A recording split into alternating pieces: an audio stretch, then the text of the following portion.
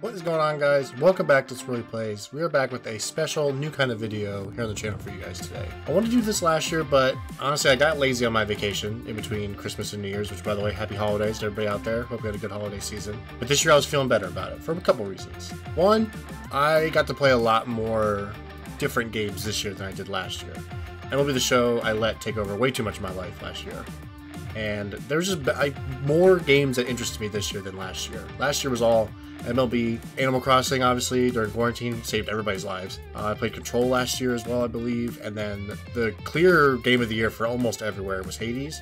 So there wasn't really any drama in like the #1 spot for a lot of people. Didn't feel strongly enough about 10 games to even make a top 10. But this year, it's actually pretty tough. I played a total of 18 new games this year. So a top 10 actually got kind of hard. I felt pretty good about the first one, but as I got to it, my top 5, I was like, boy, and top 4. Top 4, I was like, any one of these games I could see winning for sure. So without further ado, because I haven't made this video yet, I'm hoping it's not super long, so I apologize if it is. I'm trying to be around 20-25 minutes, so be sure to laugh at me if I miss that mark completely by whatever this turns out to be. Without further ado, here are my top 10 games of 2021.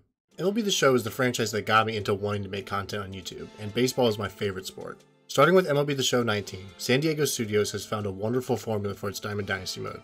Indie programs with 3 bosses to pick from that release every month with loads of content in between to keep a mostly offline player like myself happy and never lacking something to do in the game is a great addition to the franchise. It looks incredible on the PS5, made a big splash debut this year on Xbox and Game Pass, and had a fan favorite request return to the game in its robust Stadium Creator mode. However, Road to the Show and franchise modes are mostly ignored and featureless, especially franchise mode, and online server issues were as bad as they have been in the last 5 years to keep it anywhere but the 10th spot on my list. Even with all the problems I have with this game, I put literal hundreds of hours into it that there's no way it couldn't make the list anywhere, so I think it'll fit in at the 10th spot.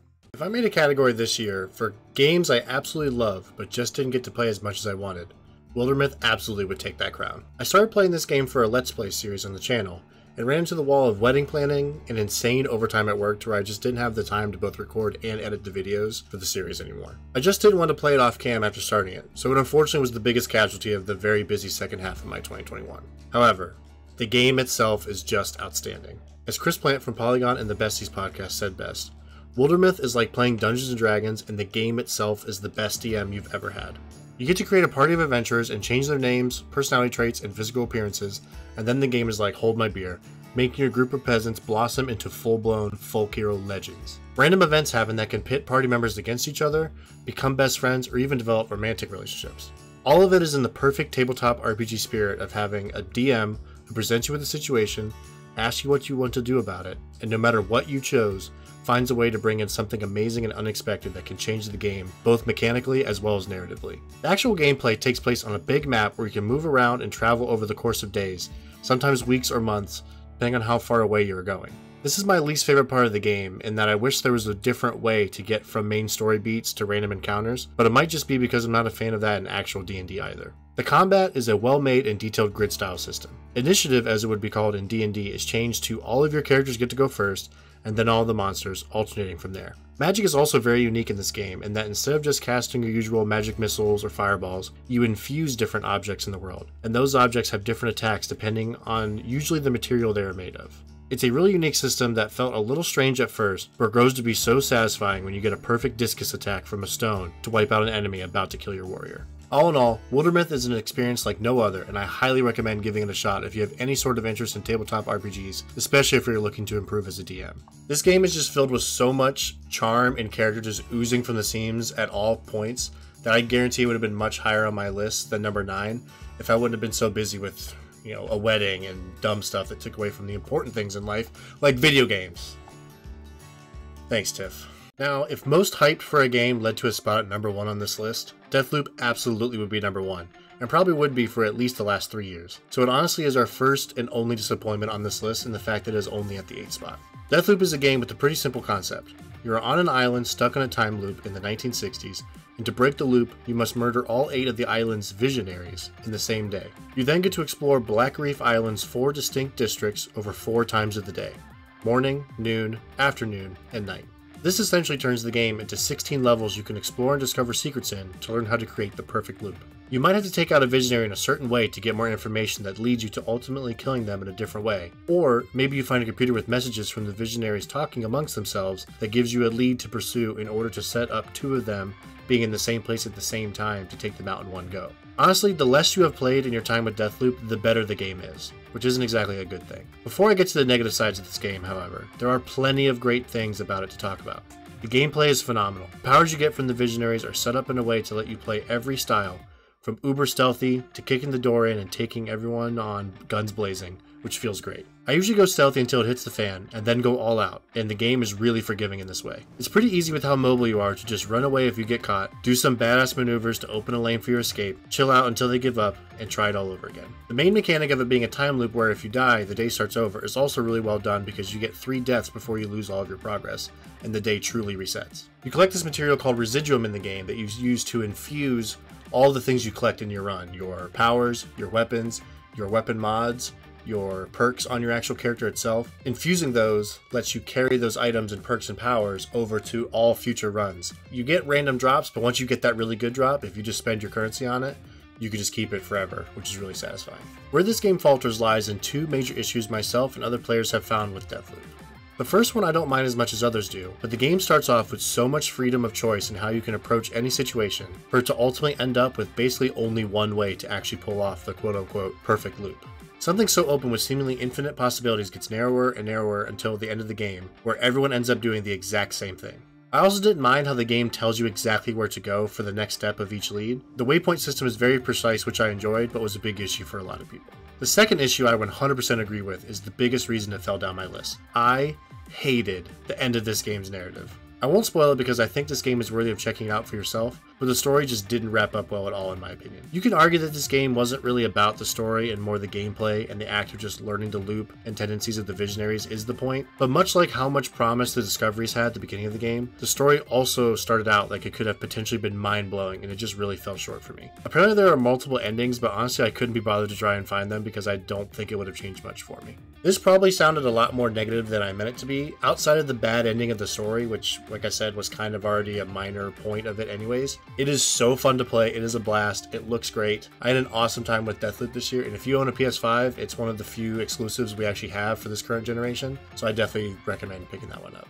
Outer Wilds was my smash hit, #1 with a bullet, game of the year in 2019, beating out Luigi's Mansion 3, and as much as I love that game, it wasn't even close. It has some of the best writing in a game that I've ever played, the story it tells is incredible, and the music. God, the music! It's right up there with Animal Crossing for my all-time favorite video game playlist. I literally cannot recommend the base game of Outer Wilds enough to all of you out there. For what Mobius Games set out to do as far as a space exploration game, it's about as close to a perfect video game as you could ever imagine, so please do yourself a favor and play that game. All that said, I was shocked, slightly nervous, and absolutely thrilled all at the same time when Mobius Games announced the first and only DLC for the game, Echoes of the Eye, was coming out in 2021. I refuse to believe that they could add anything to the story of the original game that would do anything but take away some of the impact the game had. But if anyone could pull that off, it would be the geniuses who made the original game so great in the first place, and they totally crush it yet again with this DLC.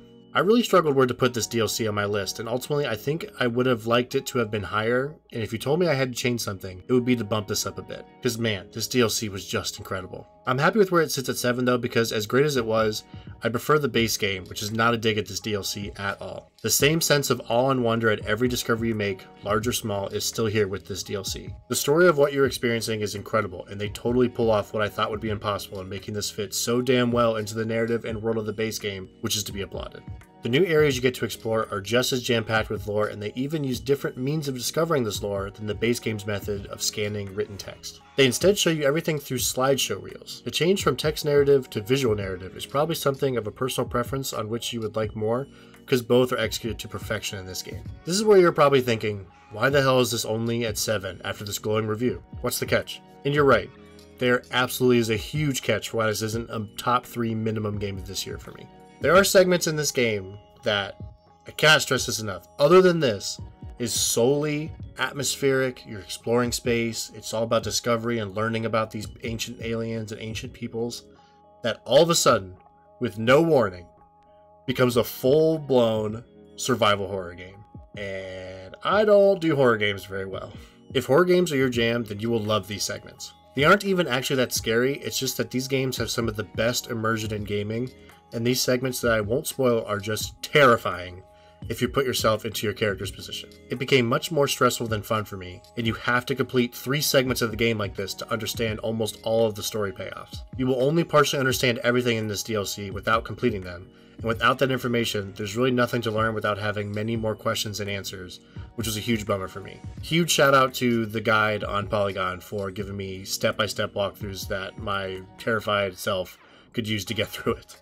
Now, I know these games didn't originally come out in 2021, but the remastered collection of the first 3 Mass Effect games did, and I had never played them until this year. I watched my now wife Tiffany play Andromeda when it first came out for 108 hours on her way to basically 100%ing that game. It's her favorite video game franchise of all time, so when I heard they were remastering them, I decided it was the time to jump into BioWare's sci-fi world. For the record, as of recording this, I've still only played the first and second games, so I haven't touched the third one, which I know was very controversial and polarizing when it first came out. It's my understanding that some of the stuff that made it that way, with some of your decisions, they've kind of patched and changed, like at the time, like maybe a year after release.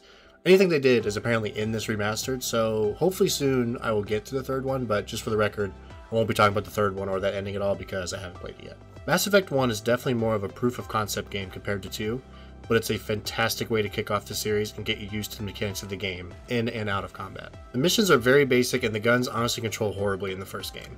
Don't get me started on the controls for the Mako, what the fuck? But talking to your crew, getting to know them, and developing relationships with them, all as their captain, is maybe some of the best NPC interaction I've ever experienced. 2 just expands on everything, including the number of characters you get to talk to, but 1 really lays the groundwork for how amazing it is to learn the backstories of your crew, doing what the game calls loyalty missions to finish their stories and increase your bond with them more, sometimes even romantically, is so satisfying in these games.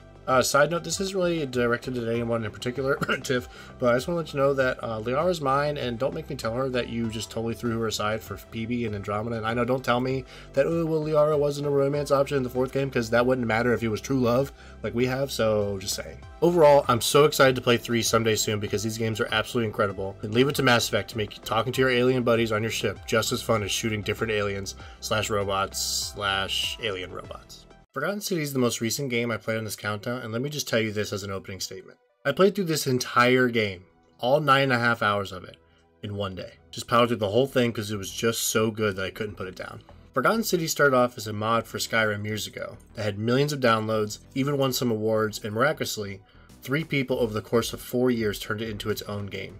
There are definitely a lot of elements that still very much feel like an Elder Scrolls game, and how the camera zooms in on who you're talking to, and when you're crouching you get the hidden eye symbol as a reticle. Yet another time loop game in our countdown. The basis of Forgotten City is that you are someone from present day who has stumbled into an underground city set in the ancient Roman times, 2,000 years in the past. There are about 20 people living down here, and you learn that something interesting governs the city. They have exactly one law, the Golden Rule.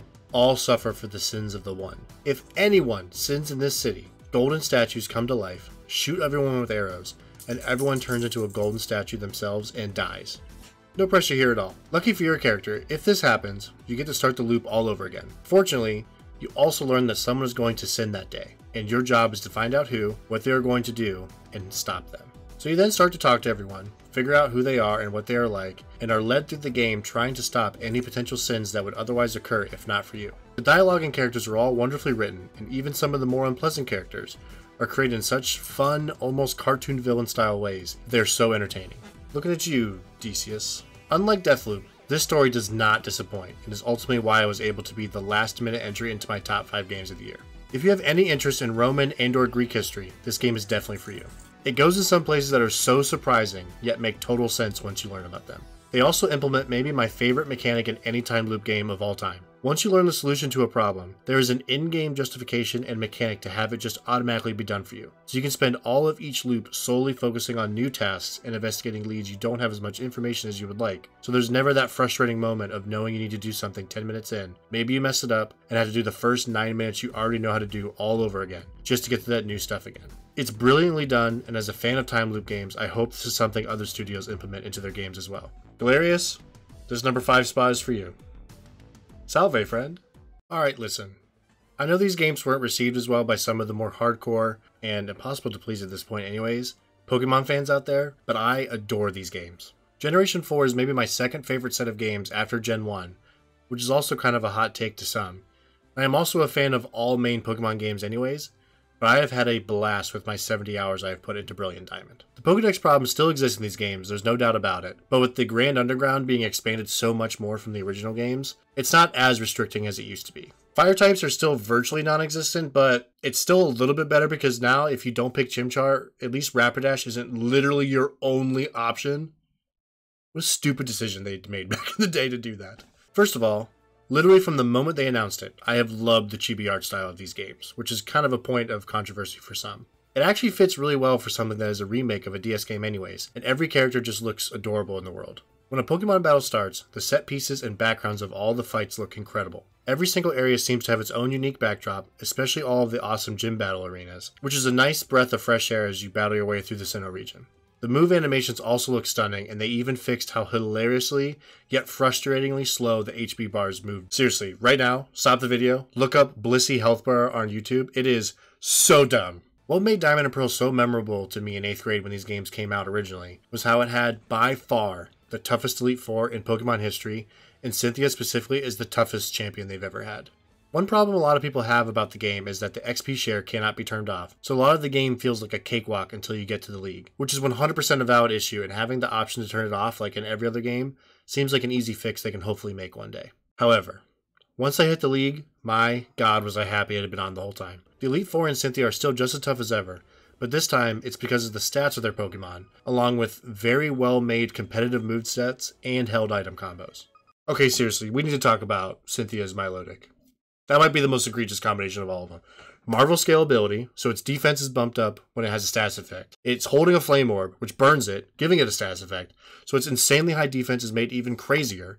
And then it has moves like Recover, so if you spend an hour hitting it with a super effective grass move anyways, or electric or whatever, you actually get it low enough to maybe do something. Oh, Recover. Or Cynthia's just like, let me just swoop in, full restore. Like, oh my god, it's so frustrating. But all of that is actually a good thing, believe it or not, in my opinion. Once you hit the Elite Four and go through all of the rematch battles with the gym leaders, along with the battle tower, the main story being so easy is fine, knowing there was plenty of tough battles in the game as well if that's what you want. It's the best of both worlds, really. Basically, any Pokemon release is almost a shoo-in for a top 10 Game of the Year replacement for me, but nonetheless, I love these remakes. I'm super excited for Legends Arceus in January now too.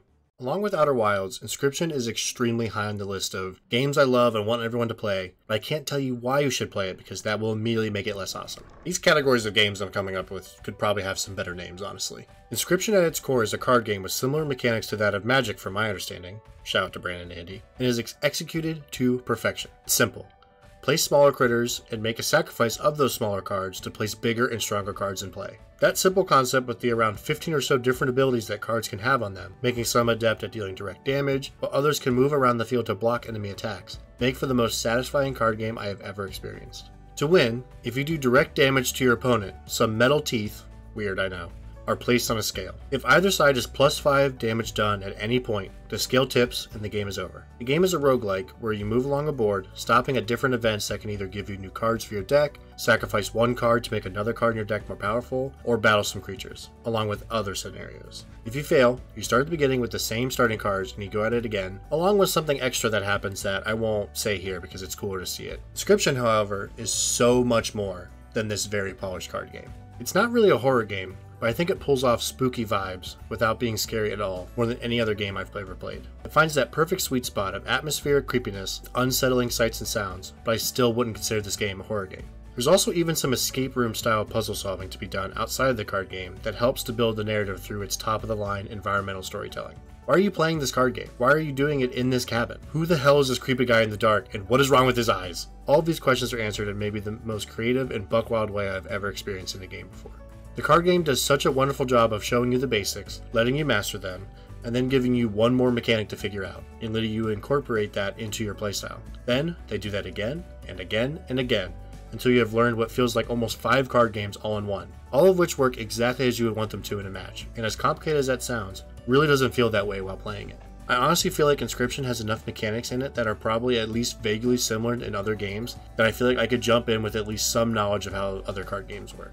There's a point where you hit that people who played the game call Act 2, and if you've played it, you know exactly what I'm talking about. And this is where I can no longer talk about what the game is. It's still a card game, but it's almost like it's a completely different game while still making you able to know exactly how to play it because of how well Act 1 is constructed. It's truly incredible that they pulled this off in Inscription in such an unassuming type of game as a card deck builder game. As of now, this game's only available on Switch. It's like $20. Highly recommended, obviously, if it's my number 3 game. But if this ever comes to Switch, I am buying that instantly because it would be so nice just to chill on the couch and play this game on a Switch in portable mode. Until that happens, I'll just be sitting here at this exact chair playing Inscription over and over and over again and hoping you guys all play it and I can finally have somebody to talk about how crazy this game is. As much as I loved It Takes Two, a wonderfully made co-op only game from the maker of A Way Out, I was genuinely shocked to see it win Game of the Year at the Game Awards this year.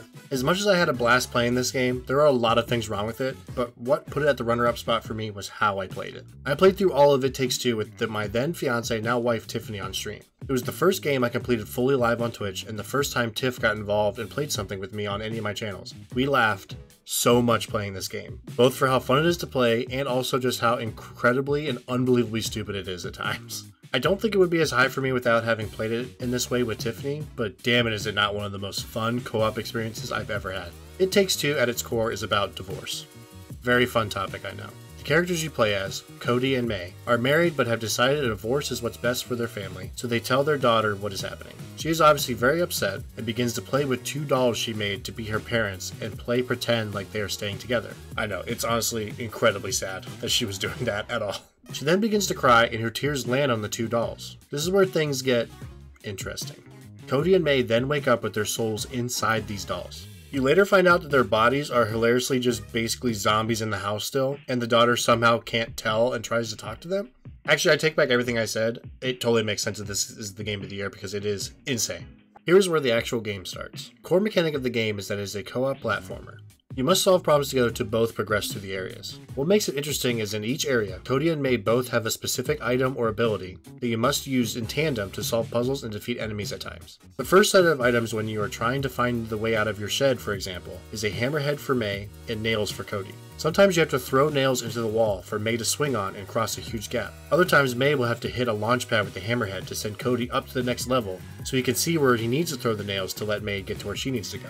There are tons of these different item combinations that always make for really fun and creative platforming puzzles. The game also looks gorgeous. The graphics are almost in the style of a Pixar movie, maybe around the Toy Story / Bugs Life era, but with backdrops and scenery that just pop off the screen. I played this on my PS5 and it runs buttery smooth and overall has a look that matches the fun platforming.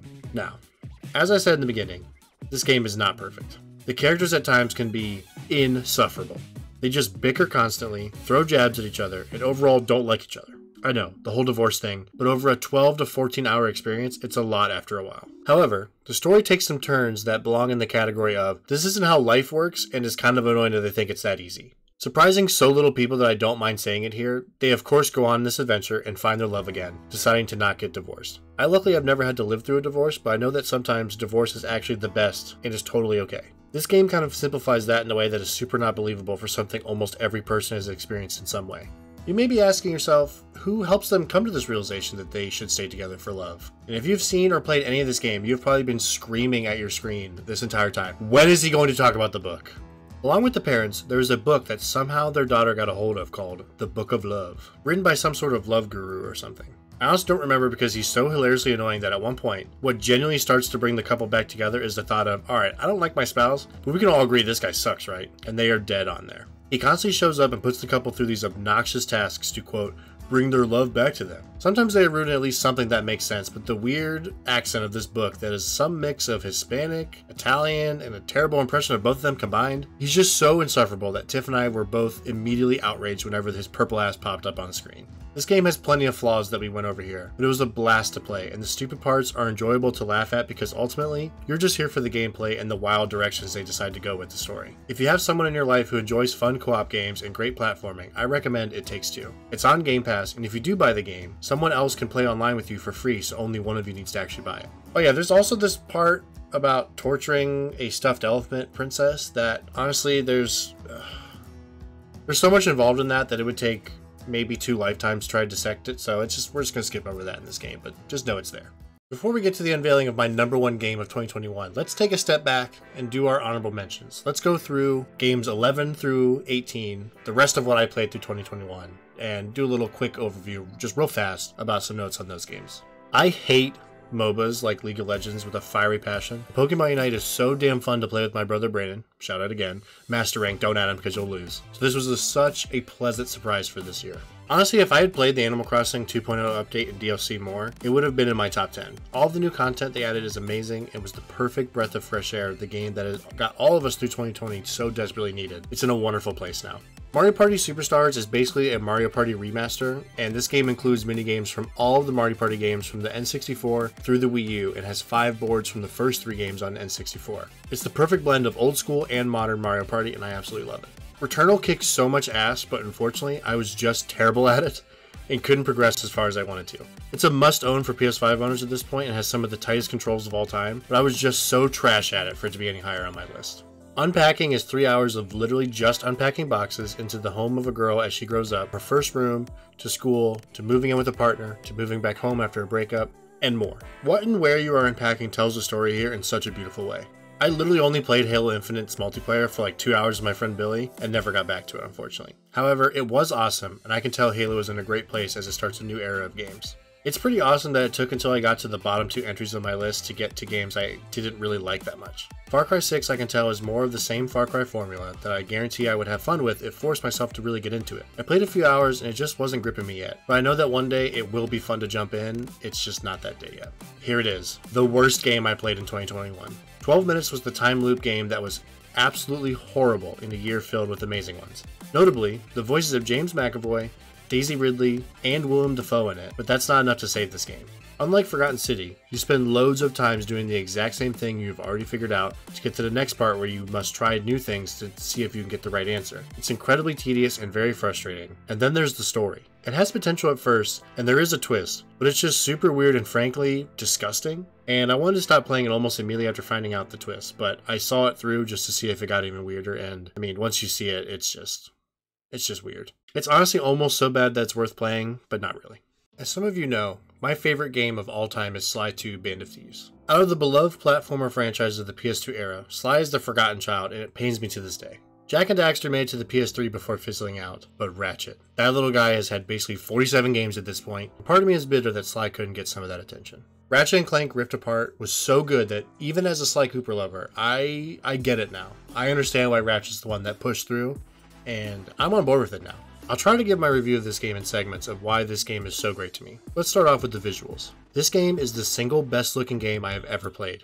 Period. I love good graphics as much as the next person. It's not usually the biggest selling point on a game to me. The cutscenes are unbelievable and the gameplay looks identical to them. You can play on high fidelity mode in 4K or performance at 60 frames. I would just stick with performance because even that is good enough to take the best graphics of all time in my eyes when coupled with how smooth it is at 60 frames. All the planets you travel to are such vibrant and distinct looking environments, with amazing backdrops to stand in awe of and a wide cast of characters to interact with. The gun effects can stack in some wild ways, and even with a bunch of enemies and 3 or 4 different effects popping off all at once, I never once saw the game struggle to keep up. Microsoft has some really pretty games out there, like Forza especially is gorgeous looking, but I think since the PS4 era at least, I think Sony has had the leg up as far as visuals of their games go, between Uncharted, The Last of Us looks incredible, Horizon Zero Dawn at the time was the best looking game I'd ever seen, God of War, games like that that are just known for super high fidelity and looking amazing. You could put Ratchet and Clank, in my opinion, at the top of that list though. It is incredible.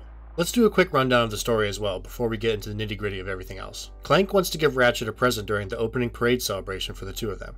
He designed something called a Dimensionator, something that can be used to travel to other dimensions so Ratchet can hopefully find another Lombax, the species he is that seemingly he is the last remaining one of. The evil Dr. Nefarious, of course, gets his hands on it. It opens a rift to another dimension where the Dr. Nefarious of that dimension is actually successful and powerful and not a joke like the one in Ratchet's world.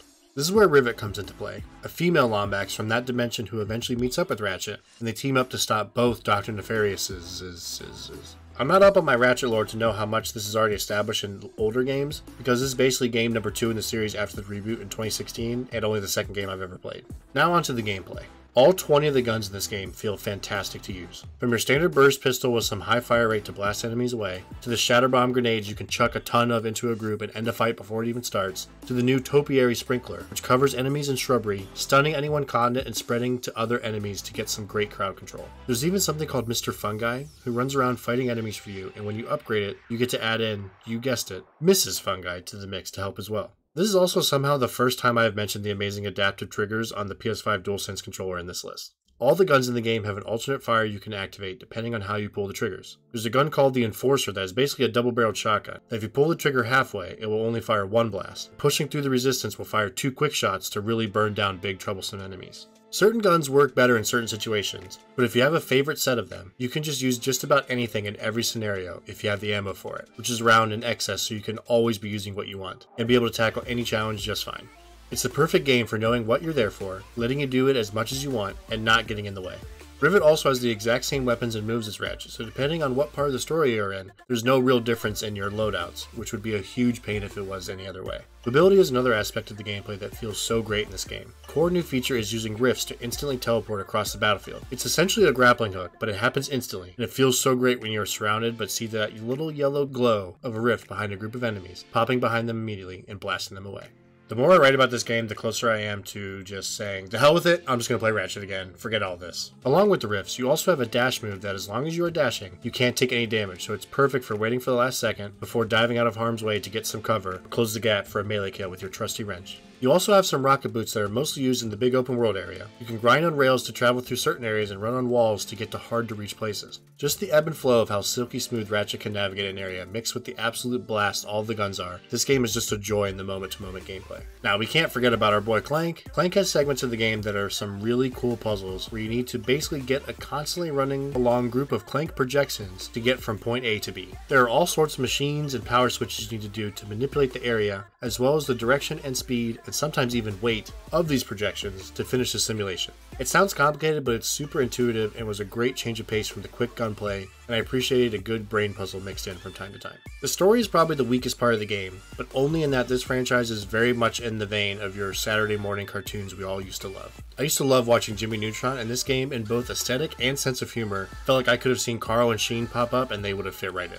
It just took me back to my childhood, even though I never even played these games as a kid. So the fact that they hit with nostalgia for something I had never played any of until the reboot earlier in the year is very impressive to me. But overall, the story ends well, and I was satisfied with it. Once you beat the game, you can basically do a New Game Plus run, where you keep your weapons and keep progressing trying to unlock everything you possibly can. The map is also wonderful for collectibles because they just mark everything you need to find right away to avoid any annoying ones you might spend too long looking for. I even got the Platinum Trophy for this game, which was fun to get, and I'm not usually a trophy hunter. None of the trophies were super obnoxious, and all of it was doable on my first playthrough of the game. I could go on and on about how much I love Ratchet and Clank Rift Apart, and already have to be honest. I found every second of this game to be oozing with charm, style, and a sense of humor that all of us can remember fondly from the simpler days. Sometimes a video game just sets out to be a really good version of something you know and love, and this game is a complete success in that, while still finding new ways to both mix things up while constantly showing off the power of the PS5 and this next generation of gaming. If you find yourself getting a PS5 at any point, do yourself a favor and pick up Ratchet & Clank Rift Apart, my 2021 Game of the Year. Well, after having just recorded all of those, my 20-minute goal was laughable. I'll be lucky if this thing ends up being 30 minutes by the time I'm done with it. But I hope you guys enjoyed it. I hope it wasn't too long. I get rambly, you guys know me by now. I just love talking about these games, so I'd love to see your guys' lists out there. Let me know what games you were digging this year. And if there's anything I didn't play that was on your list, let me know. I want to try out some new stuff. I'm always down for that. Alright guys, thank you so much for watching. I really, really appreciate it. And stay safe out there. I know the world's going to shit again, if it ever stopped. I don't know. Just be safe out there. Take care of your family. And I'll see you guys in the next video.